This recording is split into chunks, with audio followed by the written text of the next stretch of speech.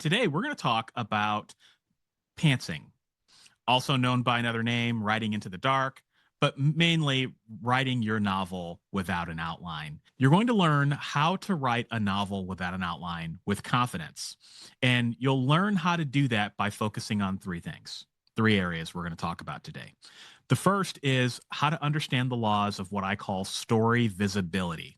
This cuts to the root of the fear problem, and this will help you eliminate that problem once and forever.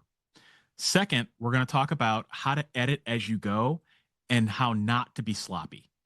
The third is we're going to talk about how to create a reverse outline. And yes, I'm sure somebody is probably saying, wait a second, Michael. This you just said you're going to teach me how to write a novel without an outline. And now you're telling me you're going to teach me how to create an outline? So if you've ever flown on an airplane, you know what visibility looks like. Pilots talk about it all the time. Okay. Some days there are no clouds and you can see blue sky for miles. Some days there's a bunch of clouds.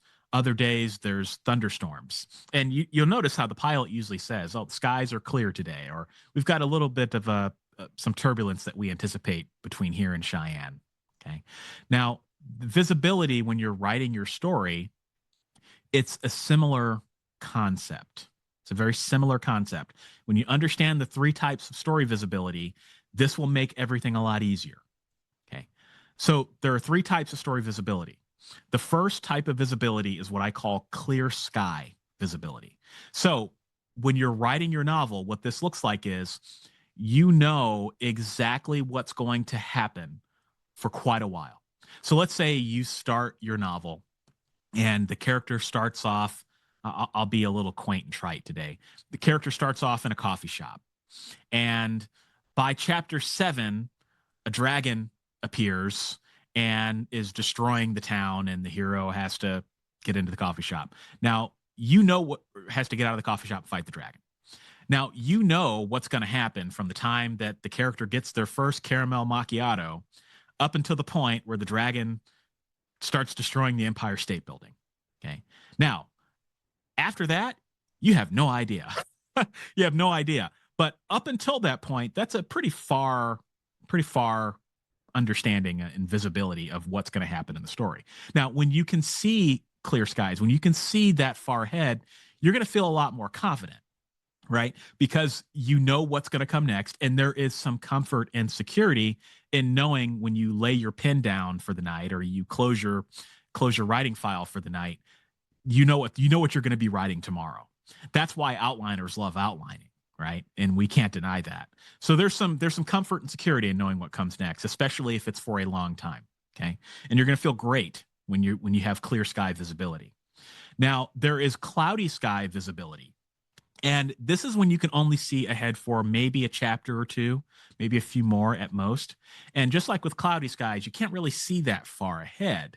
And this is where the fear starts to set in. So what this would look like, to keep with our example of the character being in a coffee shop, sipping a caramel macchiato, all the way up into the point where the dragon starts destroying the Empire State Building. Once you're maybe 2 or 3 chapters away from that dragon showing up and you still can't see what's ahead, that's when the panic starts to set in. Okay. That's when the panic starts to set in because you don't know what's going to happen next, and it creates that anxiety. Okay. Creates that anxiety. Now, there's also stormy skies. Okay. Now, stormy sky is when you're right in the middle of the hurricane.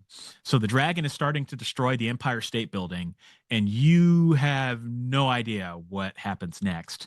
So the Empire State Building is crumbling. End of chapter. Start the next chapter. You're staring at the blinking cursor. Okay.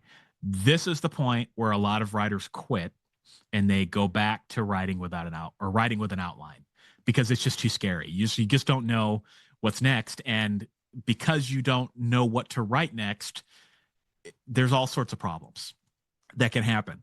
Okay. However, there's a secret to these. Just like a thunderstorm doesn't last very long, stormy sky visibility also doesn't last very long. You can think about the last big thunderstorm you experienced. Maybe it only lasted an hour, maybe 2 hours at most. And then after the storm, the skies were clear and the birds were chirping, right? It's the same thing. And when you understand that, that sets you free.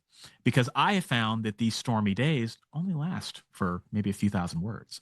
But when you're in the storm, you don't feel that way, right? It feels like it's the worst thing in the world, but it will pass. When you understand that, you can start doing some interesting things. Okay, so let's talk about some tricks with story visibility because I believe that knowledge is power. And once you understand the weather patterns, you will know what to expect. So clear skies almost always lead to cloudy skies. So once you feel like you know what's coming for a while, anticipate that you are not going to know what's going to come next. That will trigger you to start thinking about what could come next. And it will also trigger you to really be clear as you're writing the story. Oh, okay, this is going to happen. I'm writing this. Oh, yeah, maybe this is what comes after. I don't know what's going to happen. The dragon attacks the Empire State Building, and by staying in touch with that, that will help you push the window out a little bit more. Okay. Now, cloudy skies, I believe, are where writers are made.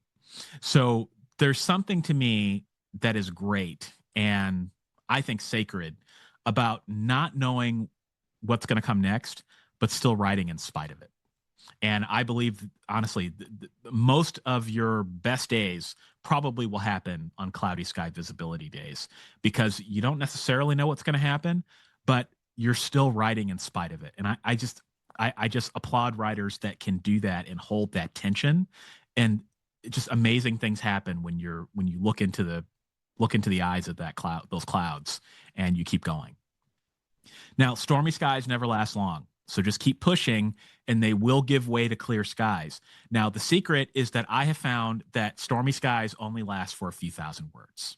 Okay. So if you're at 10,000 words and you're staring at that blinking cursor, you have no idea what's going to happen next, probably by 12,500 words, you're going to have an idea of what you should be doing next. So just keep going, keep writing, even if you don't necessarily feel good about the words.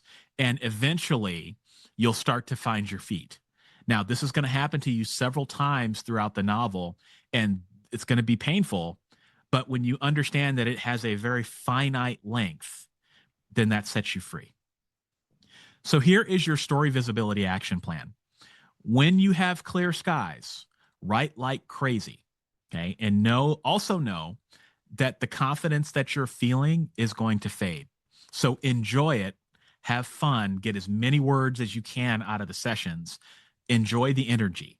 Okay. But also understand that it's not going to be this way forever. I've only written one novel, and it was a unicorn novel where I knew everything that was going to happen, and I had a blast. I wrote that novel in like 6 or 7 days, and I haven't had one since. I keep thinking, every time I start a novel, okay, this is going to be the next one where I just have no problems, right? It just, everybody gets just one, I think is my theory. So have fun on the clear sky days, but know what's coming. Okay. Now, when the cloudy skies happen, try to see it as far ahead as you can and anticipate where the storms might be. You probably have a sense of where things drop off, and that's okay. Just pay attention to that and just be aware of it. And just being aware of it is everything. And don't worry too much. Just focus on what you can see. And what you'll find is that sometimes you may understand. Sometimes you may not know what's going to happen when you get to chapter 8, but sometimes you will. And sometimes the visibility, you just can't see very far ahead for a while, and then a storm happens. But sometimes cloudy skies can lead to clear skies too. So it's not always the end of the